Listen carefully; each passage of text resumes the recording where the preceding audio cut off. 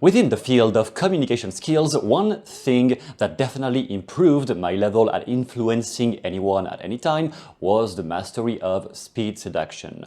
It was a language or hypnotic technology developed by Ross Jeffries decades ago based on neuro-linguistic programming, and even if it was framed as a tool for seduction, you can apply the exact same principles to any situation where you need to influence others. Sales, debating, tough arguments, getting hired for a job, any situation you can apply exactly those same techniques. And I wanted to make a brief overview here because Joe last time asked what would I do if I had to learn all of that from scratch again, but knowing what I know now. For example, if I had access to my younger self, what would I tell him if I knew the steps and I had to give him a roadmap for exactly what to do in which sequence so that he would get to the same results as fast as possible? Well, that roadmap, that series of steps is exactly what you're going to get right now. The very first initial step is not right away about hypnotic skills, how to talk in this or that way. It is first of all about framing your perception of what do you think about women and about seduction, or how should you or should you not approach them, talk to them, and use all of that material. Because so many guys, especially right now with all the red pill content, have so many fucked up beliefs about I am not good enough to attract this one, she won't notice me because I am not rich enough, because I haven't done this or that, because I am not muscular and jacked, and with the dating apps they all want the 6-foot guy, rich millionaire, whatever. There are so many perceptions in guys' heads these days about I can't attract this or that one, that this perception alone can slow down or even negate your progress, despite having the best hypnotic strategies out there, the best hypnotic line, the best language pattern, you have the great frame control debate technique. None of that is going to do anything if you approach with the perception that you are going to be yelled at because you're not good enough, because you're not beautiful enough. If all of those things are stuck in your mind, it is not even required to get into the next steps. You're just not going to do anything with that. So first of all, erasing of those perceptions as a simple ritual you might just write down every morning. Okay, if I had to meet the woman of my dreams today, how would that happen, or what would be the excuse I would have to justify it can't happen and she won't notice me and she won't like me? What kind of excuses or limitations do you have in your head every morning as you wake up, or every night, or after every time you go out? What kind of things are polluting your head with worries, insecurities, and all the things you tell yourself to not approach, to not make a first move, to not try to contact this or that one that you have in your contact agenda? What are your excuses, and then releasing them one by one by thinking, if I was Matteo or anybody you have in your entourage who's really good with women, how would those beliefs shift? If I was the person already who has gotten past all of that, then what would I tell myself to erase all of those negative perceptions about how women would or would not respond to me? The second big step is still a bit counterintuitive because it is still not about language patterns right away or hypnotic lines. It is to develop a much better energetic state or more positive state in general before you approach and on a regular basis. If you are the kind of person like I used to be before discovering all of those things, the kind of person who's just drained out, exhausted, pessimistic, constantly thinking dark things, then people will maybe just not be compelled to even just listen to what you have to say. Everything will be way easier and way smoother if you approach with a positive, enthusiastic, energetic attitude from the get-go, because first of all, from there, your brain won't suffer the paralysis of constantly over-intellectualizing and not taking action. You will be much more compelled to take action and go approach this one or that one. And once you have a conversation, people will be definitely more compelled to pursue the conversation with you and to engage more with anything you have to say, because everyone just likes to be around positive moods, energies that lift them up at the moment they experience it. If you are compelling, if you are motivating, or at least enthusiastic, optimistic with people, like you like to talk about their life, how is it going, what have they done today that was positive, or like last week or last month, just redirecting the conversation to something positive every time you have an opportunity to do so, that will be sometimes enough, even just that, because not everyone is capable of that. So many people just complain all day long, talk about negative stuff, when you can have a positive attitude and positive mood when you first start to interact with her or with somebody you want to influence. That will be alone to create a strong foundation for them to get much more drawn by anything else you have to say later. To that extent, I would definitely recommend the chapter 9, I think, of Unlimited Power by Tony Robbins, where he talks about physiology. That was a massive quantum leap in my development when I had to get out of my stuck state, constantly complaining or over-intellectualizing or being pessimistic about life. I had to get out of that shell of negativity, and that chapter, along with chapter 6 on submodalities, was definitely a huge leap in my skills of feeling more positive every day by doing a few physical things, push-ups, whatever, doing some breathing that he's detailing in the book, and developing some better state internally. Well, like, what kind of positive expectations can I have for the day to come right now? Then on step 3, we are finally getting into the actual conversational skills, and I know I have put a lot of time on the build up the foundations, but those foundations are what allow everything else to happen. So I know it is less intuitive for guys to work more on their energy levels, on their mindset. That is still the main foundation that will lead you to being able to make all those techniques work. But therefore, the step number 3 will be massively important: learning in any conversation to interrupt their state and lead the conversation into a new topic or a new theme of conversation. When I realized what was going wrong in my conversations, because I was recording myself trying to use Ross Jeffries patterns, I noticed the biggest problem, at least in the beginning, was that I was letting her run the conversation, and whenever she had something else to say, I was just going along with what she had to say without redirecting to something beneficial to my goal. You can imagine what my goal was at that moment.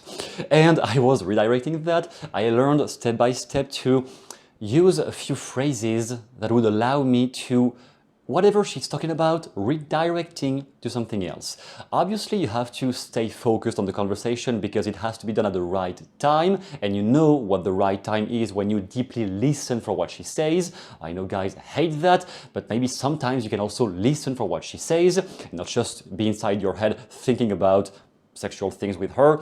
Sometimes you can also pay attention more, and once you come at the point where there is a slight blank or she is kind of getting at the end of one of her stories or whatever, then you can simply say, "That's so interesting, it reminds me of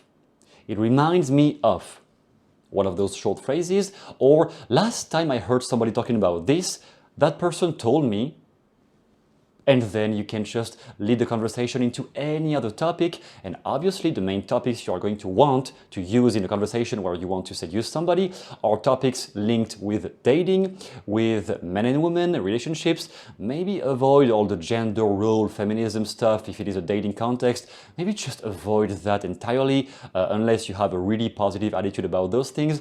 But it is so filled with anger right now in social media content. Just avoid those, but do talk about male-female relationships, about what being in love means, about past relationships, about eventually, do people cheat, yes or no? Do you think it is okay to cheat, yes or no? Stay into the realm of positive things still in the beginning, but just any topic where you talk more deeply about male-female relationships. And still aim your questions at positive memories, at least in the beginning. Positive memories for her. What have been her best memories with her ex-boyfriends? Who is the girl in her entourage, her female friend, who seems the happiest in her marriage or relationship? Just positive things where she's going to activate more and more that side of her brain who deeply thinks about romantic things or eventually intimate sexual things if you sense this is kind of okay. In the beginning, maybe just stay on romantic things. That is usually an easier entry door for women to start being compelled about the conversation with you. So I used to use stories of mine. So, oh, it reminds me of when this happened to me. Or, oh, it reminds me of when my friend Tony or Johnny or whatever had this girl coming to his apartment and then creating a whole mess in his life. Whatever I'm gonna say, I'm just leading with those little stories, or I will ask about her opinion. And very interesting, what do you think about this male-female dating setup? Do you think dating apps are improving the dating life of people? Do you think it is decreasing their dating life? Do you think porn is positive or negative for guys and for women? What do you think is porn for women? Because in my opinion, I think porn for women is basically all those romance novels, all those romance movies, which has the same kind of intoxicating effect on their brain as it is the case for the male brain with highly visual sexual pictures. What do you think about that? Do you think the same, or do you have a different opinion? Of course you can have a different opinion. I'm not saying you should think like me. I'm just saying you can have a different perspective I could be interested in hearing about. Then step number 4, once you have developed the ability to lead the conversation every time you need to change the topic, to adapt to the conversation, to make her think about something else, then we can go into the actual real seductive attitude and behavior. And the whole point will be to make her blush or experience some kind of intimate feeling where she might be even slightly uncomfortable. Not to the point where she thinks you're a pig and she just wants to leave. Maybe like adapt to only what the situation is. Just what could you say that would make her think about something in your presence that would make her blush? Think about something pleasurable. For example, I used to say, because I was describing how therapy works and NLP works from a coach therapeutic perspective, all the switch patterns and anchoring and phobia cure, and I was telling her, for example, can you think about something extremely positive from your life? Can you think about it? Yes? Okay, and then I would look at her and say, I don't think it is really that positive. Can you tell me what it is?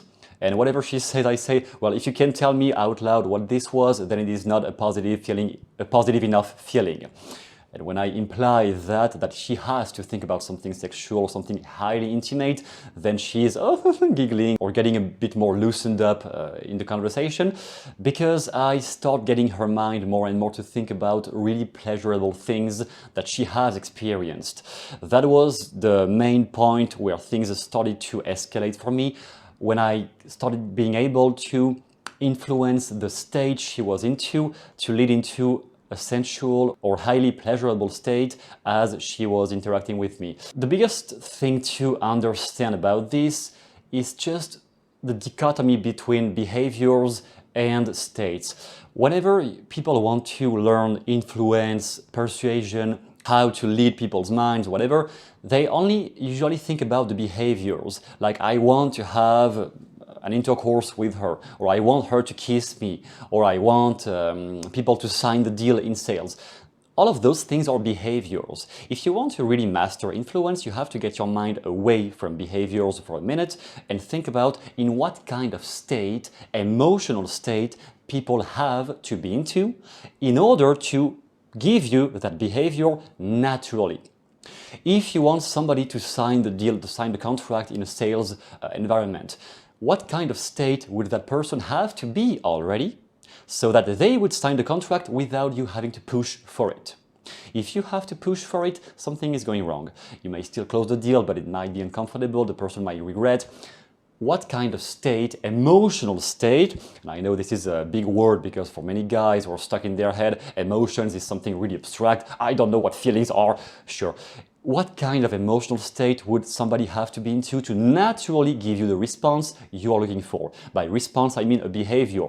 You want her to kiss you, you want her to be compelled about kissing you, you want her to invite you to her place. Those are behaviors. In what kind of emotional state would she have to be into so that she naturally is compelled to provide that behavior without you having to ask for it? You may still have at the end to ask for it, but at least if they are already in the right state to give you that behavior, you won't have to push, and she might even do it without you having to ask for it. And if I had to give you the simplest ever conversational tricks I developed to influence the state of somebody, I think it would be none other than slowing down your voice. And obviously, when you have practiced hypnosis, which is the whole point of the Ross Jeffries method, obviously this is easier. I practiced that a lot. But many guys, and I'm coming from France, which is even worse in terms of how our language is just flat in tonalities and intonation. Maybe from Eastern Europe it is the same. Americans usually and English people have more fluctuations in their tonalities when they speak, so for them it might be easier to develop that. For people from Europe, sometimes it can be a nightmare. I had a lot of work to do to develop those inflections in my voice and being able to slow down the tempo and becoming much more hypnotic when I was speaking. That was a skill I developed, but the point is, whenever you want to influence somebody to visualize something vividly or get their mind to think about something else, something really powerful, then, at least for me, the best way was to slow down compared to my natural way of speaking, to slow down whenever I wanted to make a point and make them realize something or visualize something. What was it like? Because that friend asked me the other day, what was it like when you really experience some intense pleasure with somebody you really love? And you don't have to tell me what happened. It is private, keep it in your head. Just think about it. Because I know for me, it was special. It was when I started to blah, blah, blah. And then I'm going to lead her more and more and more into the state. When I did at this level right now, when I do this, it's just automatic. Okay, she starts kissing me right away because I have got a lot of skills built up in the background. In the beginning, at least, slowing down when you want to use some embedded commands, that will definitely get her to ponder or think more vividly about all of those things you are describing. If you describe them with a flat tonality, talking way too fast and being nervous, and your whole body language is just still like this, and just overthinking, and just reciting like a poem, but just reciting way too fast when you... she's not going to experience any of the things you're describing. And then the last step, number 5, is something you can start preparing from the beginning, just by writing down examples of language patterns or stuff. I just kept it for the end here because at this phase I'm talking about automating your language with the kind of embedded commands that Jeffries has laid out. So those ones, for example, even just reading them right now, I realize some of those things are things I have included into my day-to-day language all the time. The point is that some of those whistle phrases or embedded commands are things you are going to need to infuse in your language no matter what you are talking about. If you have to constantly overthink what to say at the moment you are with a girl you like, that will create an overwhelm in your brain and you will disconnect from her. But if those things have been automated because every time you describe anything to your friends, to your family, to your coworkers, you are using those those types of phrases, so you don't have to use the states like fantastic sex, very horny. Those can be only for a date, but without those specific states, then the whistle phrases and the command verbs, how could you start infusing more and more of those into your everyday language? The idea I am proposing is to write down 5 to 10 whistle phrases like those, using those ones or anything you find from the Milton model. I've got videos on this too if you want on the channel. Anything from the Milton model, you just want to have those phrases used into your everyday conversations, no matter what the topic is. Even if you just talk about the game last night, you can say to your friend, oh, by the way, how did it feel for you when they won the game? That might be a weird question, but through experience you will learn to target the right moment and the right intonation to use that without being weird or awkward when you say it.